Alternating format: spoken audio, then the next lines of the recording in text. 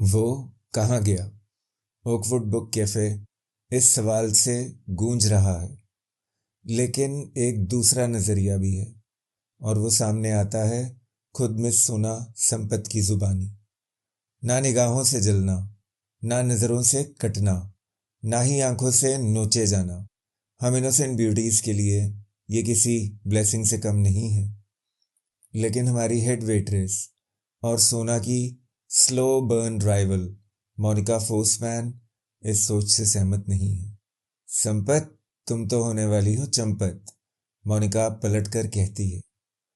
अगर रैट आज यहाँ होता भी तो भी उड़ चुके पंछी को तो ना खा पाता ना। उड़ चुके पंछी से मोनिका का मतलब है कि आज का दिन 7 मार्च ओकवुड में सोना का आखिरी वर्किंग डे है। 24 साल की इस खूबसूरत लड़की, जिसकी इंटेलिजेंस भी उसकी ब्यूटी से कम नहीं है, ने 7 फरवरी को अपना 30 दिन का नोटिस दे दिया था। इसलिए रैट की गुमशुदगी की वजह से हर सर्वर की इनकम में आई भारी गिरावट उसे प्रभावित नहीं करेगी। सोना 3 साल पहले लंदन से यहाँ आई थी और वो वहीं वापस जा रही है। उसके पास क्रिमिनल साइकोलॉजी की डिग्री है, ब्रिटेन की एक नामी यूनिवर्सिटी से। लेकिन उसका सपना हमेशा से राइटर बनने का था। पोर्ट एंड्रियास में सोना असल जिंदगी के अनुभव बटोरने के लिए आई थी। एक एग्जॉटिक जगह के अनुभव जो उसकी वाइल्ड इमेजिनेशन से मिलकर एक इंटरनेशनल बेस्ट सेलर को जन्म दे सके। 6 फरवरी को उसने अपने पहले नॉवल का पहला ड्राफ्ट पूरा किया और अगले ही दिन इस्तीफा दे दिया। वो ओकवुड के स्टाफ में कभी पॉपुलर नहीं रही। कोई भी सर्वर उसे खास पसंद नहीं करती थी, मुझे छोड़ के। इसलिए उसे कोई अच्छा फेयरवेल नहीं मिल रहा। मुझे कोई फर्क नहीं पड़ता, वो एक ड्रामेटिकली लाउड विस्पर में कहती है। वैसे भी ये लड़कियां अपने प्यारे दिवंगत रैट के लिए अपनी निराशा की नदियों में डूबती ही रहेंगी। ऐसा नहीं है, सोना आगे कहती है, कि मैं रैट की एहसानमंद नहीं हूं। जैसा कि तुम जानती हो नीना, मेरा मेन विलेन उसी से इंस्पायर्ड है। और रैट से मिली एक्स्ट्रा इनकम की वजह से ही मैं हाफ शिफ्ट्स करके अपने नॉवल के लिए ज़्यादा टाइम भी निकाल पाई। मैं तो चाहती हूँ कि नरक में रैट की आत्मा को लो टेम्परेचर वाले एयर फ्रायर्स में तलें, उबलते तेल में नहीं। वो हंसती है, मैं भी हल्का सा मुस्कुरा देती हूँ। बाकी ओकवुडियंस सोना को खा जाने वाली नज़रों से घूरते हैं। वो अभी इस सच को मानने को तैयार नहीं है कि रैट वाकई नरक पहुंच चुका है। जब तक उसकी बॉडी नहीं मिलती, उम्मीद बाकी है, हमारा बॉस हर दिन कहता है। हालांकि उसके यकीन में दिन पर दिन कमी आती जा रही है। सोना अपना पर्स उठाती है, कंधे पर टांगती है, दूसरे कंधे के ऊपर से एक कूल सी गुड बाय उछालती है और कैफे से बाहर निकल जाती है। सिर्फ एक हफ्ते में वो ओकवुड से जुड़ा दूसरा ऐसा इंसान बन चुकी है जो शायद फिर कभी यहाँ वापस नहीं आएगा। मैं उदास हूँ, अकेली हूँ, मेरी शिफ्ट भी खत्म हो चुकी है। मैं उसके पीछे दौड़ती हूँ। वो अभी ज़्यादा दूर नहीं गई है। मुझे देख के वो फिर हंसती है और मेरा हाथ पकड़ लेती है। हम मॉल रोड पर टहलते हुए आगे बढ़ते हैं। हम संपर्क में रहने का वादा करते हैं, बीते दिनों की बातें करते हैं और आने वाले वक्त की भी। फिर उस चौराहे पर पहुंचते हैं जहां हमें अलग होना है। उसकी फ्लाइट है और मेरे सामने एक लंबी डरावनी रात है। हम फुटपाथ पर रुकते हैं, हमारे सिर करीब आते हैं एक ऐसी चीज के लिए जो अब लगभग हर जगह ह्यूमन बिहेवियर का हिस्सा बन चुकी है, एक सेल्फी। वो फोन निकालती है, हम एक साथ मुस्कुराते हैं, हमारी आंखें थोड़ी नम हैं। वो उस बिटर स्वीट पल को अपने हाईटेक फोन के नन्हे से कैमरे में कैद करती है। कुछ मुझे बुरी तरह हिला देता है, शॉक कर देता है, बेहद डरा देता है। ये फोन सोना का नहीं है। मेरी सांस अटक जाती है। वो मुस्कुराती रहती है। मैं झपटकर वो आईफोन उसके हाथ से छीन लेती हूँ और उसके पर्स में ठूंस देती हूँ। मेरे रोंगटे खड़े हो जाते हैं, रैट की उस चीज की खून जमा देने वाली ठंडी छुअन से। क्या पागल हो गई हो बिच? मैं चिल्लाती हूँ। फिर आवाज़ नीची कर लेती हूँ, चारों तरफ डर से देखती हुई।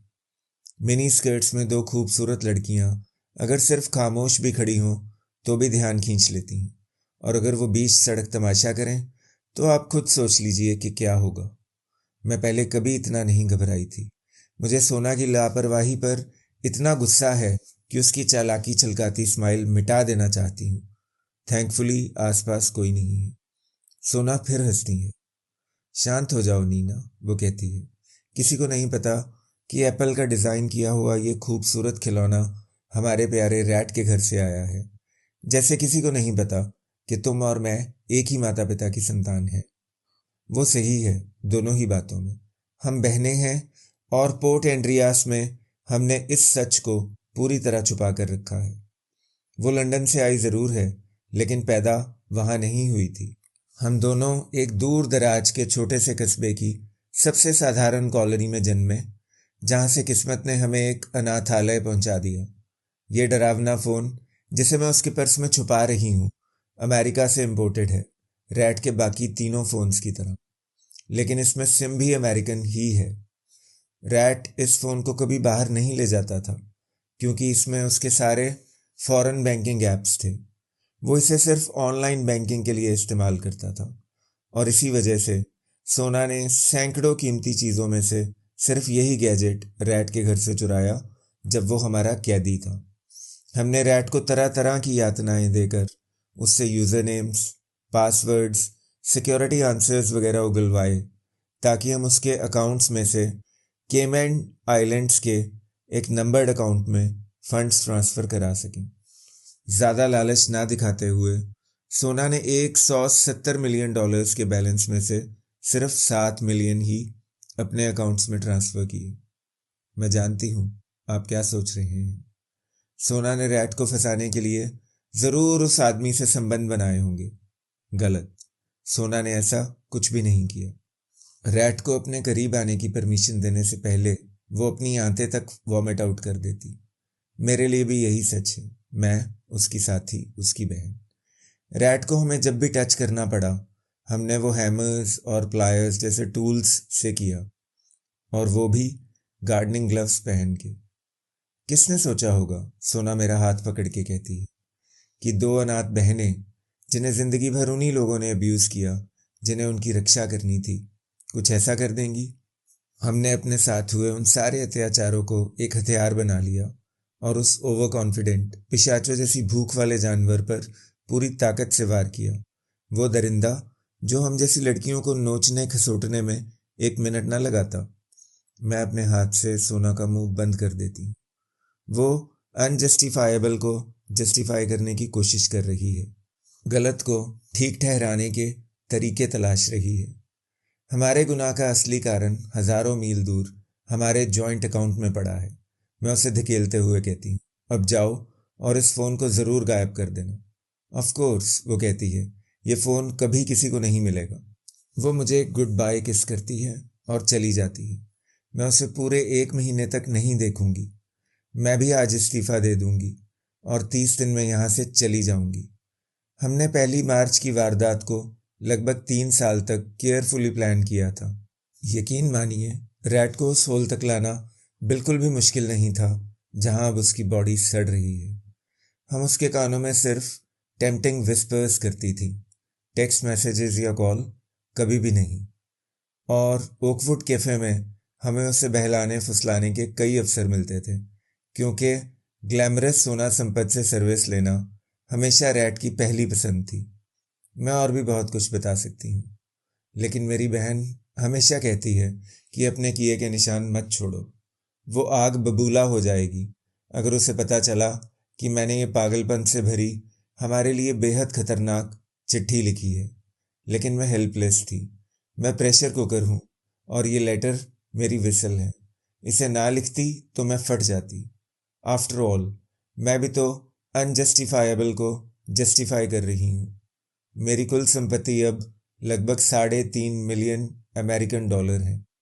लेकिन इन दिनों मेरे दिमाग में जो तस्वीरें घूमती हैं, उनका पैसों से कोई लेना देना नहीं है। मुझे एक सपना बार बार आता है। नरक के बीचों बीच एक जलता हुआ कैफ़े है। रैट वहाँ का राजा है। सोना और मैं उसकी धूं धूं जलती सर्वर्स हैं, उसकी चीखती हुई गुलामें। उसके चेहरे से सड़ा हुआ मांस लटक रहा है, आंखों के गड्ढे खाली हैं, लेकिन उसकी चिकनी मुस्कुराहट और शैतानी भूख कभी बंद नहीं होती। बस इतना ही। गुड बाय, न तुम्हारी न लविंग नीना संपत।